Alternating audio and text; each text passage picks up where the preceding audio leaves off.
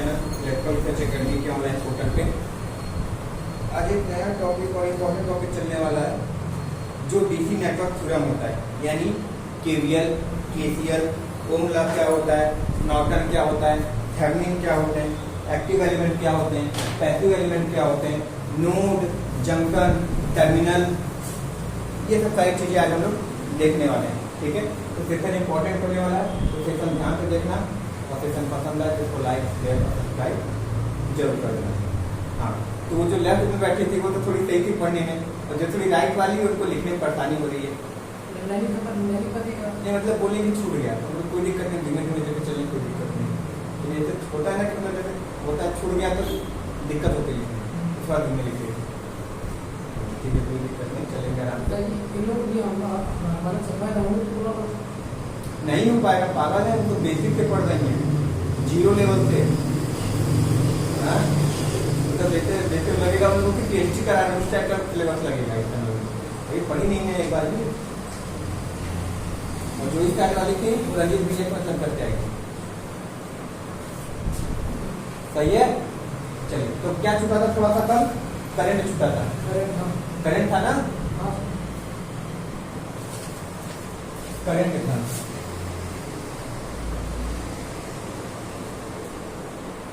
Current कुछ भी हो सकता है, हवा के बहाव को भी करंट बोलते हैं, पानी के बहाव को भी बोलते हैं धारा बोलते हैं ना, नदियां की धारा बह रही है, यानी पानी की जो बहाव होती है उसको भी धारा बोलते हैं। ठीक है, यानी कोई भी चीज जो ऐसी बहती हो जिसमें फ्लो होने की यानी बहने की टेंडेंसी हो यानी काबिलियत, उसको हम क्या बोलते हैं? धारा बोलते हैं। ठीक है, तो हम लोग बोलते हैं कि धारा क्या होता है, वोल्टेज होता है, वो एक्चुअली गलत होता है। हम लोग को बोलना चाहिए कि वैद्युत धारा क्या होती है, यानी इलेक्ट्रिक करंट क्या होती है। तो सर इलेक्ट्रिक करंट कुछ नहीं होता है, सिंपल यही होता है कि ऐसे चालक या नॉर्मली ऐसे अवयव यानी ऐसे तत्व जिसमें क्या हो इलेक्ट्रॉन का प्रवाह हो उसको क्या बोलते हैं? धारा बोलते हैं। यानी ऐसे कोई चीज जिसमें इलेक्ट्रॉन का प्रवाह हो रहा हो तो जिसमें क्या कहते हैं कि उसमें क्या बह रही है? धारा बह रही है। यानी सिंपल भाषा में इलेक्ट्रॉन के बहने की प्रवृत्ति को ही धारा कहते हैं। और इलेक्ट्रॉन है क्या? हमारा आवेश है। तो सिंपल कभी कभी आपको बुकों में ये भी मिलेगा कि आवेश के प्रवाह को ही धारा कहते हैं। समझ में आया? इसलिए बोलते हैं आई बराबर क्या होता है? Q बराबर T, आई बराबर Q बटा T, यानी आवेश के प्रवाह दर को ही क्या बोलते हैं? धारा बोलते हैं। अच्छा, यहाँ पे Q बराबर लिखना चाहें तो क्या हो जाएगा? IT नहीं हो जाएगा? और ये फार्मूले को न्यूमेरिकल नहीं आता है, तो Q बराबर IT का मतलब कैसे निकल के आया? तो Q बराबर IT का मतलब इसी तरह निकल के आया कि I मतलब आवेश के प्रवाह दर को ये क्या बोलते हैं? धारा कहते हैं। ठीक है, सही है। चलिए, अब ये Q की वैल्यू कैसे निकाल रहे थे हम लोग आगे? तो सर Q बराबर क्या कर रहे थे हम लोग? N इंटू E कर रहे थे। इस पे भी न्यूमेरिकल आता है Q बराबर N E। बैटरी में नहीं होता है, आवेश पे इलेक्ट्रॉन पे कितने आवेश होते हैं? कितना होता है भाई? कितना होता है आवेश? हाँ, तो इलेक्ट्रॉन कितने आवेश होते हैं? 1.67 हाँ, -19 कूलम्ब होता है। ये क्या है? इलेक्ट्रॉनिक संख्या है, और ये क्या है? कूलम्ब यानी आवेश है। तो Q बराबर है, कभी कभी आपको क्या देगा? I दे देगा, T दे देगा। आपको क्या देगा? I दे देगा, T दे देगा, और आपसे ये पूछेगा कि ये बताओ कि इलेक्ट्रॉनों की संख्या कितनी होगी। क्या बोलेगा? अब बताओ तुम इलेक्ट्रॉनों की संख्या कितनी होगी। तो आप क्या कर सकते हैं? हमको पता है सर जी I और T का रिलेशन तो Q के साथ है, NE के साथ नहीं है। देखिए क्या कहना चाह रहे हैं। Q का रिलेशन NE IT जो N जो नंबर ऑफ इलेक्ट्रॉन निकाल रहे हैं वो तो Q के साथ रिलेशन है। ठीक है, IT के साथ तो है नहीं, और हमको दिया क्या है?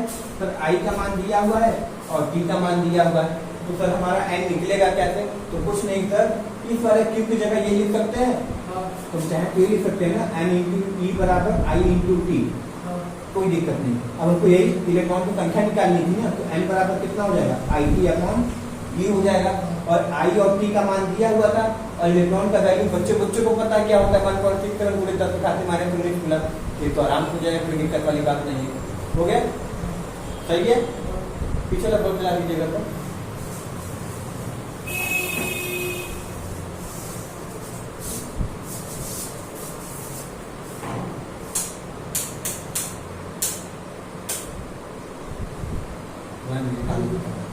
बंद कर दीजिए सर, वो वाला दीजिए, वो फैन है वो वाला बंद कर दीजिए। सही है। तो ये कहानी चली, तो वो ऐसे निकलता है, धारा की वैल्यू यही है। तो धारा क्या होता है, आवेश के प्रवाह के दर को धारा कहते हैं, या इलेक्ट्रॉन के प्रवाह को क्या कहते हैं, धारा कहते हैं। ठीक है, चलो ये हमारी इलेक्ट्रॉन, अगर ये धारा खत्म हो गया तो हम लोग नया चैप्टर स्टार्ट करेंगे जिसका क्या नाम है, डीसी थ्योरी या डीसी थ्योरम। थ्योरम मतलब प्रमेय, प्रमेय मतलब नियम। बहुत ऐसी चीजें हैं जो आपको न्यूमेरिकल सॉल्व करने में मदद करती हैं। तो उसके लिए जानना पड़ेगा कि पहले कि सर डीसी नेटवर्क क्या होता है। ठीक है, बहुत बार पूछता है, बताओ डीसी नेटवर्क का मतलब क्या होता है। तो डीसी नेटवर्क का मतलब होता है कि ऐसा परिपथ, ध्यान समझिएगा, ऐसा परिपथ जिसमें हम डीसी सोर्स का प्रयोग करें, यानी डीसी बैटरी लगा दें, जनरेटर लगा दें, जो डीसी आउटपुट देता है उसको हम लोग क्या बोलते हैं, डीसी परिपथ बोलते हैं। यानी कोई भी ऐसा परिपथ जिसमें हम स्रोत के रूप में डीसी का प्रयोग करें, ठीक है, तो क्या कहलाता है, हमारा डीसी परिपथ कहलाता है। ठीक है, परिपथ में कई सारी चीजें होती हैं, जैसे नोड होता है जिसको जंक्शन बोलते हैं, ठीक है, ब्रांच होता है, लूप होता है, ये सब सारी चीजें होती हैं। ठीक है, तो नोड सबसे इंपॉर्टेंट चीज है, उसको जान लीजिए, जिसको जंक्शन ही बोलते हैं।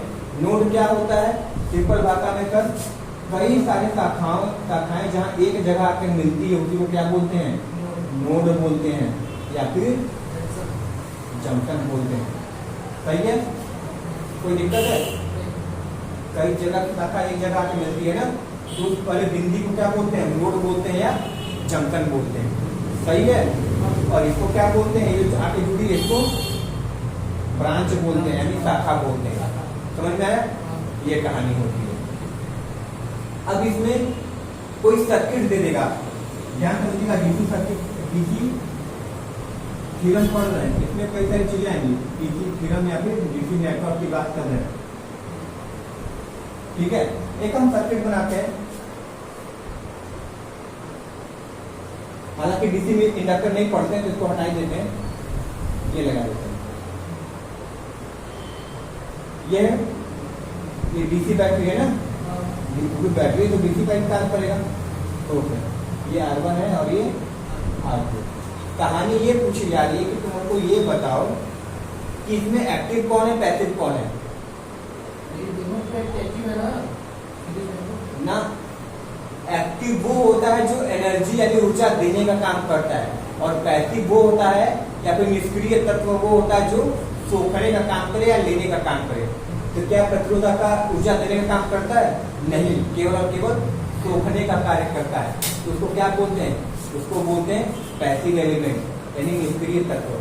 ठीक है, ऐसी चीजें जो आपके ऊर्जा को क्षय कराने का काम करे उसको पैसिव बोलते हैं, निष्क्रिय बोलते हैं। यानी देखिए R1 R2 क्या कर रहा है, आपके वोल्टेज को खा रहा है ना, इसलिए इसको क्या बोलते हैं, पैसिव बोलते हैं।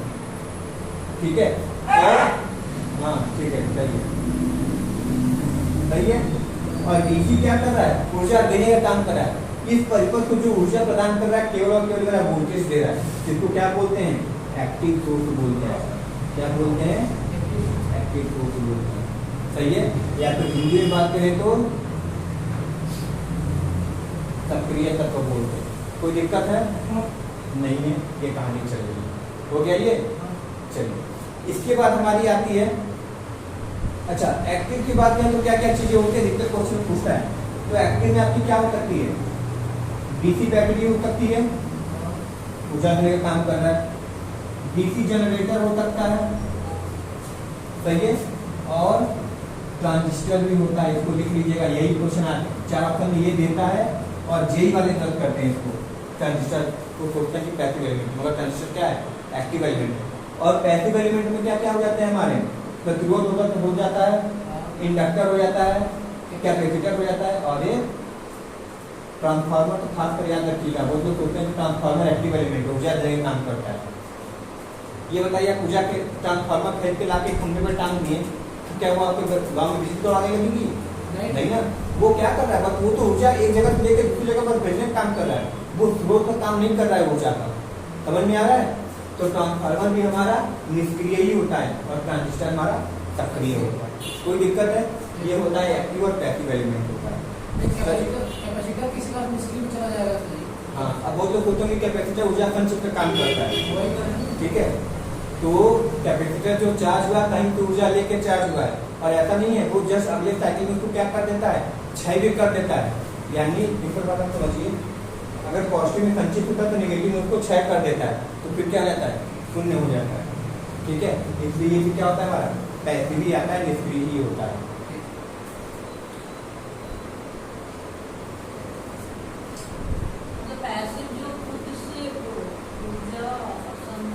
नहीं, पैसिव मतलब जो ऊर्जा का केवल क्षय करने का काम करता है, ठीक है। मतलब ऐसी कोई भी वस्तु या अवयव जो केवल ऊर्जा, जैसे हम लोग अभी क्या है, पैसिव है। एक्टिव कौन है हमारे घर में, पिताजी हैं, इनकम का स्रोत तो वही है, ठीक है। तो वो एक्टिव है और हम लोग पैसिव है, समझ में आया? कहीं कहीं मम्मी भी एक्टिव हो जाती है, ठीक है, और मैक्सिमम क्या होती है, पैसिव वो भी होती है। तो इसको एक्टिव पैसिव समझिए, समझना। यानी जो ऊर्जा देने का काम कर रहा है वो एक्टिव, जो लेने का, जो खर्च करने का काम करता है। ये सब देखिए हमेशा क्या कराते हैं, क्षय कराते हैं, लॉस कराते हैं, एनर्जी लॉस कराते हैं, ये सब पैसिव हो जाते हैं, ठीक है। अंदर काम करता है, पैर बन जाएगा, चिल्लाने में दर्द कराइए, उनको ज्यादा चिल्लाना पड़ रहा था। हाँ सर, हाँ तो पहली बार पढ़ने की बार मतलब उनको अच्छे से समझाना पड़ा था, मतलब हावड़ा नहीं बोलना पड़ रहा है, उदार बोलना पड़ रहा है, फट्टा बोलना पड़ रहा है। ये मतलब समझ में क्या कहना चाहिए। हाँ ये हाँ हो गया, एक बार नहीं पढ़ेंगे दूसरा बार हाँ एक बार पढ़िए तो सही हो जाएगा। जैसे हमारे वाले तो मैंने काम शुरू कर लिया, मतलब हाँ वो थोड़ा बहुत नहीं बता रहा है, आप लोग से भी थोड़ा डाउन मतलब समझ सकते हैं कि मतलब घरानी है तो कभी कुछ पढ़ी नहीं वो वाली हालत है ना। अब मेरी मम्मी पढ़ने आ जाए, ठीक है, तब का पढ़ाई छूटा हुआ है, दिक्कत होगा ना। भले ही गाना लोकगीत लिख लेती है, मगर तो नहीं लिख पाएगी। मेरी मम्मी की डायरी भरी हुई लोकगीत का, शादी में कौन सा गाना चाहिए, जब अच्छा है तब कौन सा गाना चाहिए, विदाई में कौन गाना चाहिए, पूरा रखी हुई है डायरी है उसके पास। 2004 की डायरी, जब मेरे पिताजी का पैर टूटा था उस टाइम की डायरी, पता कलर भी छोड़ रहा है। ये हो गया। अब बात है लीनियर परिपथ क्या होता है, लीनियर सर्किट। हाँ, रेखीय परिपथ, लीनियर सर्किट या लीनियर अवयव, लीनियर यानी रेखीय। एलिमेंट लिख देते हैं, रेखीय एलिमेंट, सही है। बताइए रेखीय एलिमेंट क्या होता है।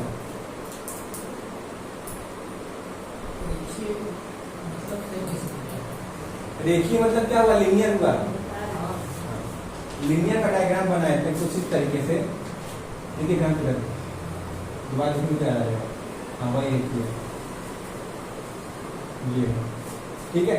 अच्छा ये देखिए, ये 0 है, 2 है, 4 है, 6, 8 है, ये भी 2 है, ये भी 4 है, ये 6 और ये 8 है।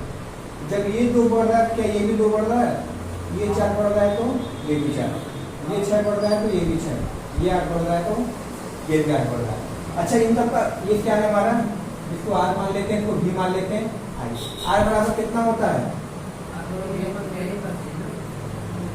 V बटा यानी 2 बटा 2 होगा, 4 बटा 4 होगा, 6 बटा 6 होगा, 8 बटा 8 होगा। क्या मान हमेशा एक आ रहा है, हर बिंदु पे क्या मान हमेशा एक ही आएगा। तो क्या इसका मान परिवर्तित हो रहा है, नहीं हो रहा है। यानी आप कितना भी उसको इनपुट डालो, आउटपुट में कोई प्रभाव ही ना पड़े, उसको क्या बोलते हैं, रेखीय अवयव कहते हैं, ठीक है। समझ में आया। यानी एक तरीके से कहें तो आउटपुट अपॉन इनपुट हमेशा नियत रहे, नियत, ठीक है, नियत रहे, तो क्या बोलते हैं, रेखीय बोलते हैं। ये हमेशा रेखीय परिपथ होता है, रेखीय, ठीक है।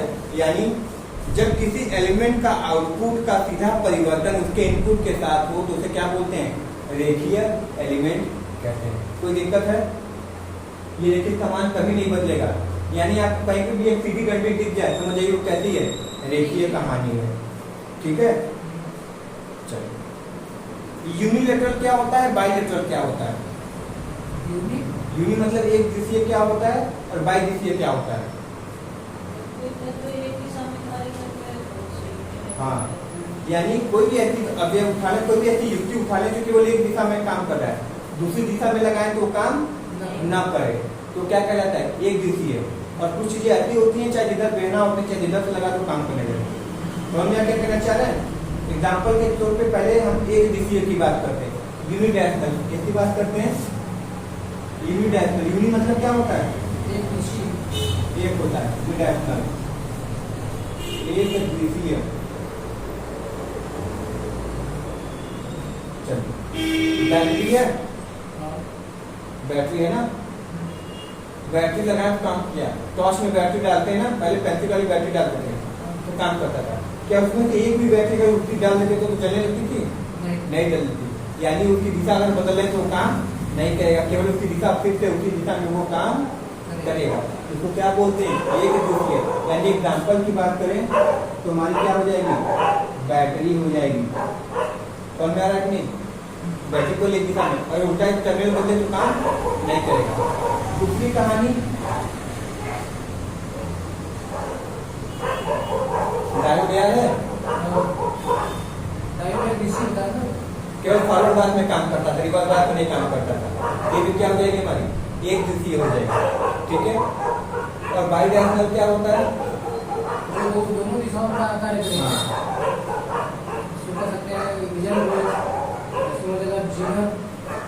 दोनों दिशा में।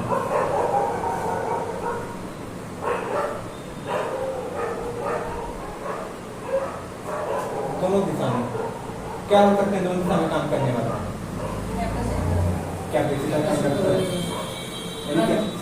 कैपेसिटर चाहे इधर जोड़ो काम करेगा, केवल एक को छुड़ा के। कैपेसिटर सभी प्रकार के चाहे जैसे जोड़ो कोई दिक्कत नहीं। एक कैपेसिटर ऐसा होता है, हाँ इलेक्ट्रोलाइट होता है, क्योंकि उसमें पॉजिटिव नेगेटिव बना होता है, उसको उल्टा जोड़ दो तो फिर दिक्कत हो जाएगा। तो कैपेसिटर नॉर्मली कैपेसिटर हो गया। प्रतिरोध में नहीं लिखा था, प्रतिरोध भी चाहे जैसे जोड़ देते हैं। ठीक है, और एल भी होता है, इंडक्टर भी होता है, जो चौक होते हैं पॉजिटिव नेगेटिव नहीं दिखाया था, वो भी चाहे जैसे जोड़ो। ये सब ऐसी चीजें हैं कि चाहे जैसे जोड़ो वो क्या करेगा? काम करेगा ही करेगा। इसलिए इसको क्या बोलते हैं? द्वितीय दिशात्मक बोलते हैं। कोई दिक्कत है? क्या बोलते हैं?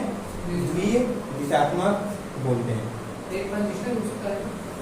नहीं, ट्रांजिस्टर एक दिशा में काम करता है।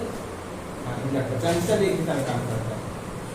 ठीक है, ट्रांजिस्टर फॉरवर्ड रिवर्स फॉरवर्ड होता है, तो फिर एम्पलीफायर इन्वर्टर उनका तेजा काम करने लगते हैं, तो सेम कार्य नहीं करेगा, आप पोलरिटी बदल देंगे। कोई दिक्कत है? समझ में आया कि नहीं? लग रहा है कि पढ़ा है? हाँ। और दूसरा अब आते हैं उस थ्योरम पे। सबसे पहले ओमला। ओमला क्या कहता है? हाँ, वो तो छोड़ दीजिए, वो नहीं पूछेगा। बहुत सवाल लगता है। वो तो लगेगा ही, वो तो पूछेगा ही।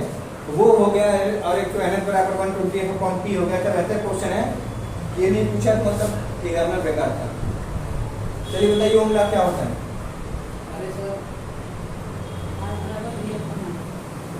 सबसे इम्पोर्टेंट चीज ये पूछेगा ना कि ये जो ओमला है वो कब संतुष्ट होता है। ठीक है, तो ओमला को संतुष्ट करने के लिए सबसे इम्पोर्टेंट चीज क्या है आपको? कि आपको ताप नियत रखना है। उसमें एक चीज कंडीशन करके लिखी होंगी ओमला पे। क्या लिखा है? ताप और दाब नियत रखना है। ठीक है, क्यों रखते हैं ताप और दाब नियत? क्योंकि हमको पता है सभी तापमान बदलने के प्रतिरोध का मान भी बदलता है। ठीक है, सही है ना? तो हम पहले तापमान को ही हटा देते हैं, तब वो झटक चाहिए नहीं कि बाद में कितना प्रतिरोध होगा। हम ये मान के चलते हैं कि प्रतिरोध नियत रहेगा, इसके लिए क्या करना पड़ेगा? ताप को भी नियत करना पड़ेगा। कोई दिक्कत है? तो ताप नियत रखते हैं। ओमला है, ओमला, ताप तथा दाब क्या रखना है? नियत रखने पर हमारा जो V होता है, यानी जो सप्लाई वोल्टेज, जो प्रदाय वोल्टेज होता है, वो आई के समानुपाती होता है, सही है ना। तो प्रदाय वोल्टेज है वो प्रवाहित धारा के समानुपाती होता है। और अगली कहानी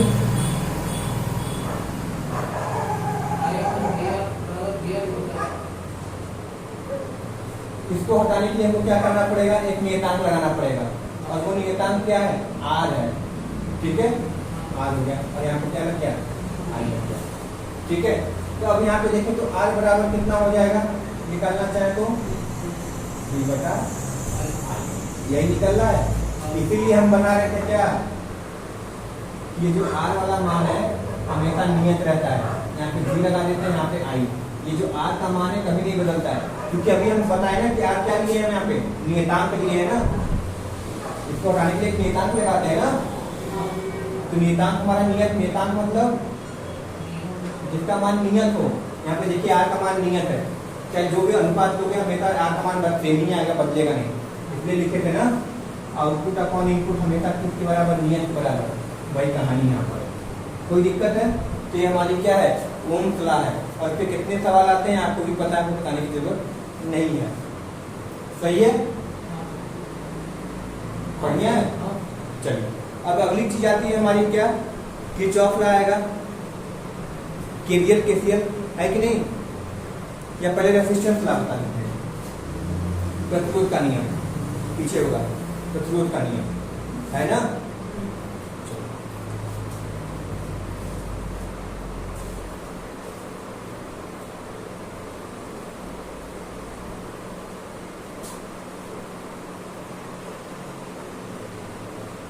इसको रेजिस्टेंस लॉ बोलते हैं।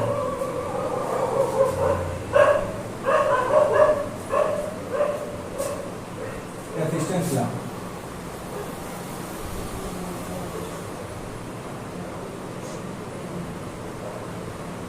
रेजिस्टेंस लॉ में कुछ और नहीं है, बस सिंपल यही कहानी है कि रेजिस्टेंस लॉ केवल ये कहता है कि जो हमारा चालक का प्रतिरोध है वो किसके समानुपाती होगा, उसके लंबाई की होगा। यानी पहली कहानी क्या बोलता था, जो हमारा प्रतिरोध है वो चालक की लंबाई के समानुपाती होगा, और ये बात सही भी है। अब कभी कीजिएगा, एक छोटी सी एलईडी लाइएगा, एलईडी लाइएगा और उसको बैटरी से जलाने का प्रयास कीजिएगा, मगर आपकी तार कितनी लंबी होनी चाहिए, 10 मीटर। एलईडी समझ रहे हैं ना, जो 2-3 रुपए की मिलती छोटी वाली, उसको आप एक बैटरी से चलाएंगे मगर 10 मीटर तार लंबे से जोड़कर, क्या वो बैटरी, क्या वो एलईडी नहीं तेज जलेगी, धीमा जलेगी। क्यों, क्योंकि सच तार का प्रतिरोध कुछ होगा तो क्या करेगा, पूरी बैटरी वही खा जाएगा मेरा। तो यानी लंबाई बढ़ेगी तो प्रतिरोध का मान बढ़ेगा, बढ़ेगा। दूसरा क्या बोलता था, प्रतिरोध जो होता है चालक के परिच्छेद काट के वृत्त के अनुपाती होता है, जो यानी मोटाई होती है उसके वृत्त के अनुपाती होता है। परिच्छेद काट बढ़ता है, प्रतिरोध का मान घटता है। इसीलिए बोलते हैं कि जब कुछ हैवी चीज चलानी होती है तो क्या बोलते हैं, मोटा तार लेकर आना। मोटा तार लेकर आएंगे तो क्या होगा, प्रतिरोध का मान कम हो जाएगा ना। और आपको पता है कि जब प्रतिरोध का मान कम होता है तो हीट भी क्या होती है, कम होती है। तो मैं क्या करने की तार गर्म हो मेरा, इसलिए बोलते हैं जब कोई हैवी मोटर चलाते हैं तो बोलते हैं मोटा तार लेके आना, सही है। हाँ, तो अब इसको एक साथ लिखना चाहें तो क्या लिख सकते हैं, सही है, ये देखिए। अब इसको हटाने के लिए फिर एक नियतांक लगाना पड़ेगा। अब वो नियतांक क्या होता है, इसको रो बोलते हैं, RH, तो अन्य क्या बोलते हैं, रो बोलते हैं, ठीक है। ये क्या है क्या, देखिए यहाँ पे वहां प्रतिरोध था ना, आज नियतांक का कोई दिक्कत नहीं, मगर आज प्रतिरोध था हमारा। यहाँ पे ये रो क्या है हमारा,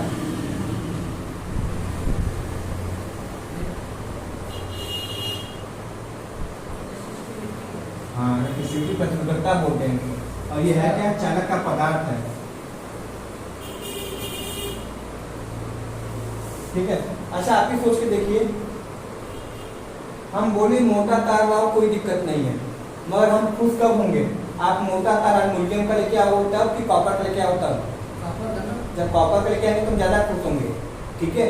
क्यों, क्योंकि वो चालक किस मटेरियल का बना है उस पर भी प्रतिरोध का मान निर्भर करता है, ठीक है, तो हम चालक का पदार्थ तापा तक रखिए, और अगर कुछ कब हो जाएंगे जब चांदी का लेके आएंगे, ठीक है, चालक और बढ़िया होता है। तो वही कहानी है कि चालक का पदार्थ कितना कहता है उसका भी मान प्रतिरोध पर निर्भर करता है, ठीक है ना। इसलिए इसको क्या बोलते हैं, चालक का पदार्थ क्या है, तो वो चालक किस पदार्थ से मिलकर बना है उस पर भी मैटर निर्भर करता है, बात निर्भर करती है, ठीक है। तो ये जो रो होता है इसको बोलते क्या है, रेसिस्टिविटी बोलते हैं ना, रेसिस्टिविटी बोलते हैं रो। इसकी इकाई की बात करें तो क्या होता है, ओम मीटर होता है, ठीक है। बहुत लोग को नहीं याद होगा तो देखिए कहते हैं रो पे जो निकालनी है ये इधर चला आएगा तो R इंटू ए हो जाएगा बटे एल। ये ओम है, एरिया मतलब मीटर स्क्वायर बटे मीटर, पड़ गया, बचा क्या हमारा ओम, ठीक है। और सबसे इंपॉर्टेंट चीज क्वेश्चन ये पूछता है कि ये बताओ किसी चालक की प्रतिरोधकता, इसको प्रतिरोधकता बोलते हैं या फिर विशिष्ट प्रतिरोध बोलते हैं, पैसिव रेजिस्टेंस भी लिखा होंगे, विशिष्ट प्रतिरोध बोलते हैं, पैसिव रेजिस्टेंस लिखा है।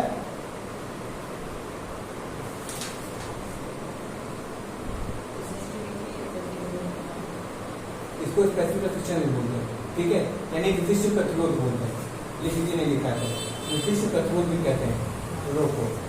तो अब बहुत लोग ये सोचेंगे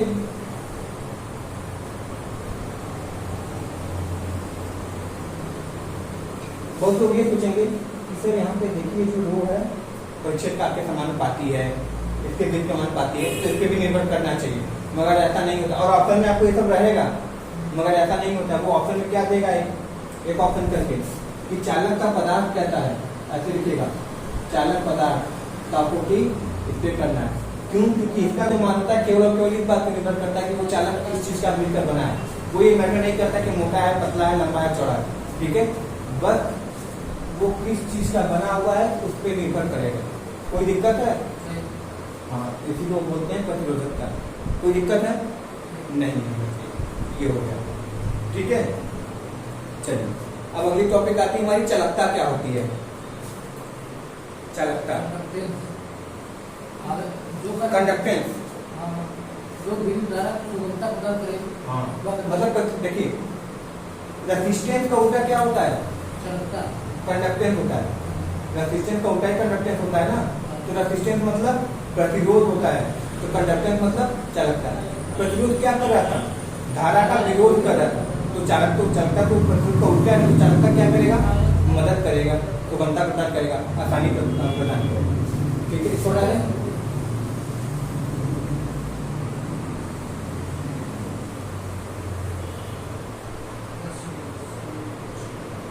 हुआ।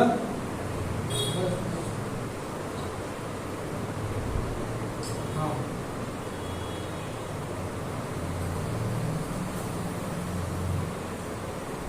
उसका सही होता है साइमन, उसके बाद का महो भी कर सकते हैं उसको। उसका होता है 1/r और 1/g। कंडक्टेंस यानी जिसको चालकता बोलते हैं।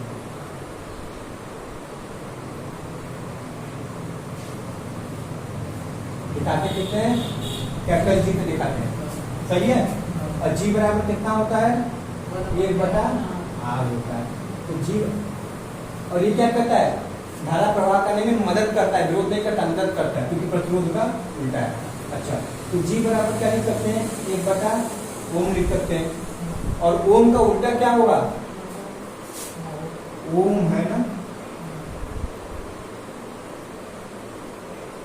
महो निकल कर आया, ठीक है। तो क्या हो जाएगा इसकी इकाई, इसको महो बोल दो, इसी को साइमन बोल दो, या फिर इसको उल्टा, सभी एक ही चीज है, कोई अंतर नहीं है, सही है, हो गया। ये कंडक्टेंस है। अब स्पेसिफिक रेजिस्टेंस लिखी होंगी अभी को, स्पेसिफिक रेजिस्टेंस पीछे लिखी थी ना, लिख ली है ना, स्पेसिफिक रेजिस्टेंस बोलते हैं, ठीक है। तो स्पेसिफिक रेजिस्टेंस को क्या बोलते हैं, रेसिस्टिविटी। रेसिस्टिविटी बोलते थे ना। रेसिस्टिविटी। तो रेसिस्टिविटी का उल्टा क्या हो जाएगा? जैसे रेसिस्टेंस का कंडक्टेंस हो रहा था, उसी तरह रेसिस्टिविटी का कंडक्टिविटी हो जाएगी। ठीक है, क्या हो जाएगा? कंडक्टिविटी। 1/,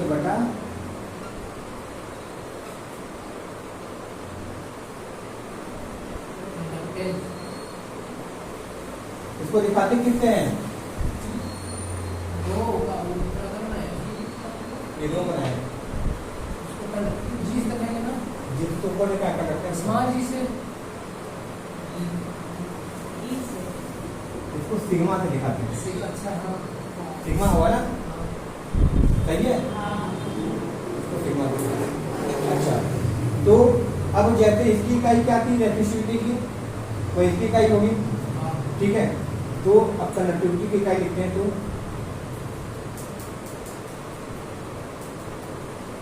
कंडक्टिविटी बराबर कितना हो जाएगा? उसकी इकाई कितनी थी? ओम मीटर थी ना, हाँ, ओम मीटर थी। चलिए, इसको क्या लिख सकते हैं हम? चाहे तो ऐसे भी लिख सकते हैं, सही है, ऊपर चला जाएगा तो ये लिख सकते हैं ना। और इसको चाहे तो क्या ये नहीं लिख सकते हैं, माहो पर मीटर, हाँ, ये लो। क्योंकि ये बटा ओम तो माहो कहला रहा था। और इसको चाहे तो और भी ऐसे भी लिख सकते हैं, माहो, सही है, इसको चाहे तो और भी लिख सकते हो, साइमन ना, कोई भी लिख सकते हैं ना, इतनी कहानी से लिख सकते हैं। ठीक है, चलो, हो गया ना? चल रहा है कई तरीके से ना, हाँ, मिटा दीजिए।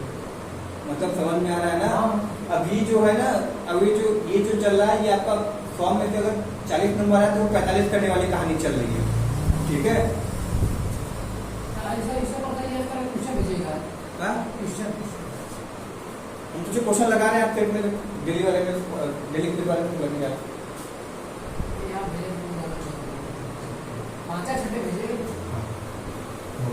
अब हम चलते हैं किस पे? किरचॉफ लॉ पे।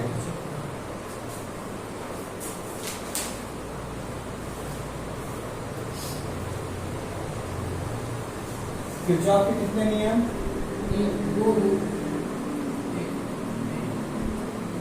अरे सर 3। हाँ, कौन कौन से हैं? हाँ, और एक तो आईपीएल है, दो होते हैं, एक केसीएल होता है, दूसरा केवीएल होता है।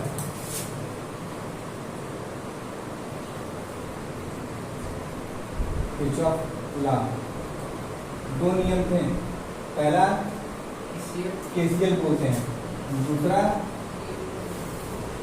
केवीएल बोलते हैं। केसीएल को क्या बोलते हैं? चंपल लॉ। ठीक है, और तो केवीएल को मेष लॉ में बोलते हैं, मेष लूप कुछ भी बोलो।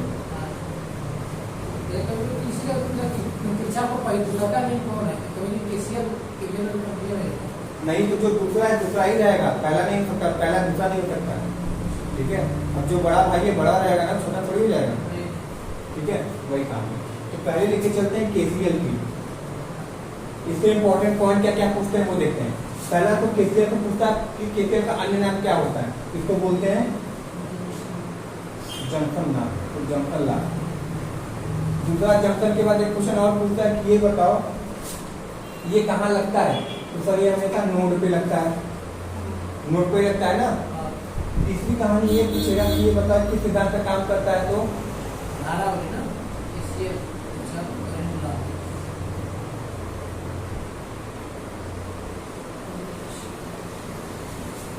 आदि संरक्षण सिद्धांत पे कार्य करता है, सही है ना। और क्या बोला जाता है इसमें, तो इसमें ये बोला जाता है कि सर किसी जंक्शन पर, किसी जंक्शन पर आने वाली धारा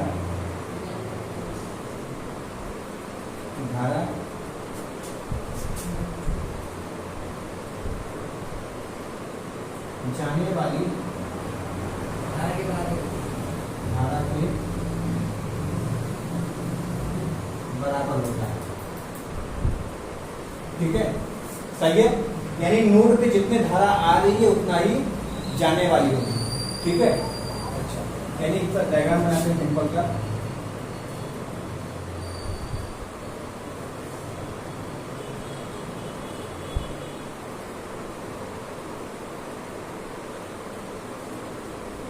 I1 है, I2 है, I3 है, I4 है, I5।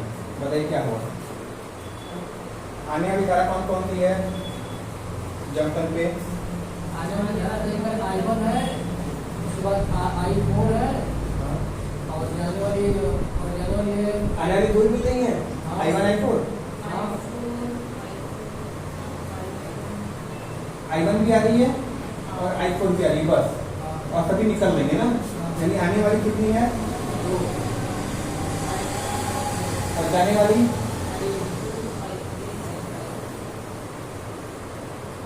ठीक है, ये हो गया। अच्छा, इसको एक साइड लेकर आए तो क्या हो जाएगा? I1 plus I2 plus I3 plus I4। ये I4 है ना, ये इस साइड आएगा तो क्या हो जाएगा? माइनस हो जाएगा, इक्वल टू किस side? Minus I3 minus I5। और उस साइड क्या बचा? तो कभी कभी ऐसा लिखा मिलेगा या फिर कभी कभी ये किया क्या है पता है? नीचे वाले में ऊपर वाला समझ में आ गया। नीचे वाले क्या किया है? इसको आपको अगर कभी स्टेटमेंट में यानी कभी आपको बात में बना के देगा, ऑप्शन में तो ऐसे देगा। केसीएल क्या होता है कि आने वाली धारा और जाने वाली धारा के बीच गणितीय योग के शून्य के बराबर होता है, का योग शून्य के बराबर है। देखिए, जैसे आने वाली को प्लस नहीं तो जाने वाली को सारे माइनस ले लिए, इसी को बीच गणितीय योग कहते हैं। ठीक है, तो आने वाली प्लस जाने वाली माइनस दोनों को जोड़ दें तो किसके बराबर हो जाएगी? सब 0। जाहिर सी बात है यार, 4 3 7 आ रही है तो 4 3 7 सबको जोड़ेंगे, जाने वाली वो हमेशा करेंगे क्या हो? 0 के बराबर हो जाएगा। सही है, ये हमारा पहला नियम। कोई दिक्कत है पहला नियम में? ये हमारा केसीएल का नियम हो जाएगा।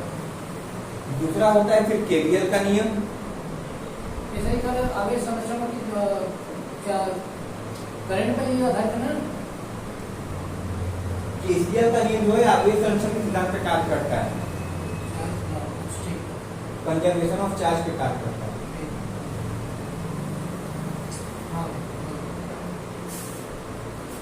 हो गया? हाँ? हाँ,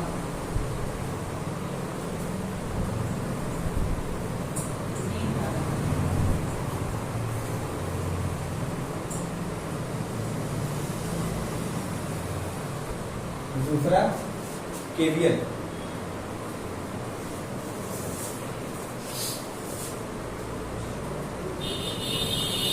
इसको क्या बोलते हैं? इसको मेश लॉ बोलते हैं या फिर लूप लॉ बोलते हैं।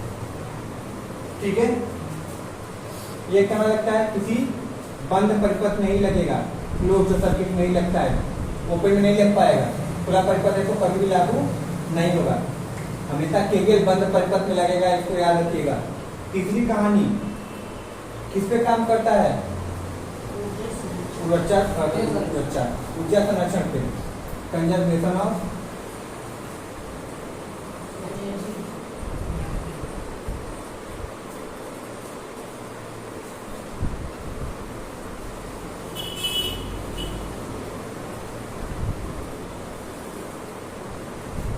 ठीक है, ऊर्जा संरक्षण सिद्धांत पे काम करता है। कहता क्या है ये?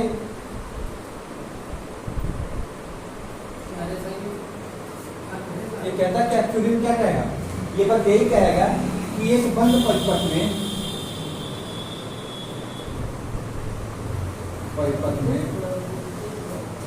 जब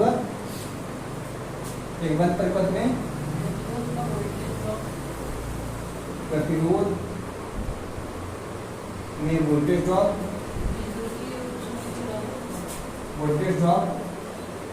तथा वोल्टेज स्रोत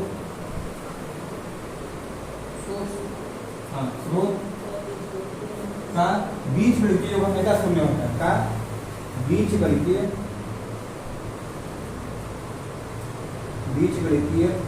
योग शून्य के बराबर होता है।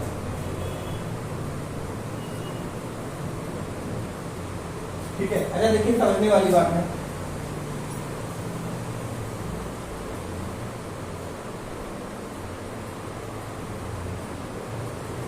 ये R1 है, ये R2 है, ये हमारा 100 वोल्ट है, सही है। अगर ये वाली बैटरी, ये वाला प्रतिरोध हमारा अगर 40 वोल्ट खा रहा है तो ये कितना खड़ा होगा? ये भी सही 60 वोल्ट। हम क्या बोले R1 R2 के बराबर है? सिंपल बात ये निकलना कि सर अगर ये 40 खड़ा है तो ये कितना खड़ा होगा? 60 ही खड़ा होगा ना। 60 अगर सीरीज में है ना, हाँ, फिर में क्या होगा? धारा समान रहता है, वोल्टेज बढ़ता है, 40 आ जाएगा। कोई दिक्कत है? सही नहीं दिक्कत है। तो यानी अब ये देखिए सर, हम जितना इसको प्रदाय किए उतना ही ये क्या हुआ? क्षय कराया प्रतिरोध, यही है ना। तो यानी इसमें अगर ये R1 एक में बनी हुई धारा का मान I है तो क्या हो जाएगा? ये इस सर्किट में अगर I है तो यहाँ पे भी कितना होगा? I होगा, यहाँ पे भी I होगा, क्योंकि श्रेणी में है। तो इसका वोल्टेज निकालना चाहिए तो प्रतिरोध का क्या निकलेगा? V1 प्लस V2 बराबर किसके हो जाएगा? 100 वोल्ट के बराबर होगा कि नहीं? आप लोग कुछ बताइए। हाँ, इसमें जो वोल्टेज है, इसमें जो वोल्टेज है, दोनों को जोड़ेंगे तो सप्लाई के बराबर हो जाएगा। और ये V1 का मान निकलेगा कैसे? इसमें बहने वाली धारा का मान I है, प्रतिरोध का मान R1 है, तो क्या नहीं निकल जाएगा? V बराबर है क्या? सही है ना। प्लस ये क्या हो जाएगा? R2 100 के बराबर होगा। अब इसको 100 नहीं लिखते, इसको हम क्या लिखते थे? ये एमएसएनई वोल्टेज लिख देते हैं, इसे दिखने लग रहे हैं। ठीक है, चलिए तब यहाँ पे हम ये कह सकते हैं, क्या बोला? बीच व्यक्ति ने बोला है ना। तो अब ये हमको बताइए, अगर ये खाने वाले को प्लस दे रहे हैं तो मतलब ये सोखने वाले को प्लस कर रहे हैं, तो देने वाले को क्या करना पड़ेगा? माइनस ना, टैक्स लेगा। तो अब ये क्या कर लिए? I R1 plus I R2 equal to minus E1 के बराबर हो गया। ठीक है, अब ये इधर आएगा, क्या हो जाएगा? प्लस हो जाएगा। ठीक है, अब इसको लिखना चाहते हैं, अभी इसको इसी टाइप कर देते हैं। तो I R1 plus I R2 plus E1 किसके बराबर हो जाएगा? 0 के बराबर हो जाएगा। ठीक है, ये निकल के चला है। अब दूसरी कहानी अगर ये भी कह लें कि सोखने वाला हमेशा क्या होता है? सोखने वाला हमेशा घटाने के काम करता है। हमेशा क्या होता है? खर्च वाला आदमी होता है जो खाने का काम कर रहा है, अपने अंदर वो गिल फिल कर लेके चल रहा है, तो उसको माइनस लगा देते हैं और देने वाला प्लस लगा देते हैं। तो ये भी खाने का काम कर रहा है, नहीं समझ में आया? ये दोनों ही खाने का काम कर रहे हैं, बेचारे तो कमा के ला रहे हैं, दोनों खाने का काम कर रहे हैं। तो यहाँ पे ये भी माइनस हो जाएगा, ये भी माइनस हो जाएगा, तो यहाँ पे ये भी माइनस हो जाएगा और ये भी माइनस हो जाएगा, ये प्लस में। अब ये जब प्लस था इधर आके क्या हो जाएगा? माइनस हो जाएगा, ये माइनस हो जाएगा। कोई दिक्कत है? तो माइनस इक्वल चाहे प्लस। ठीक है, ये कहानी ऐसे निकल सकती है। ये हमारा क्या कहता है? KVL होता है। ठीक है, तो आई होप सेशन पसंद आया होगा। सेशन पसंद आया तो उसको लाइक, शेयर और सब्सक्राइब जरूर कर देना। मिलते हैं नेक्स्ट वीडियो में, तब तक के लिए thank you very much and all the very best.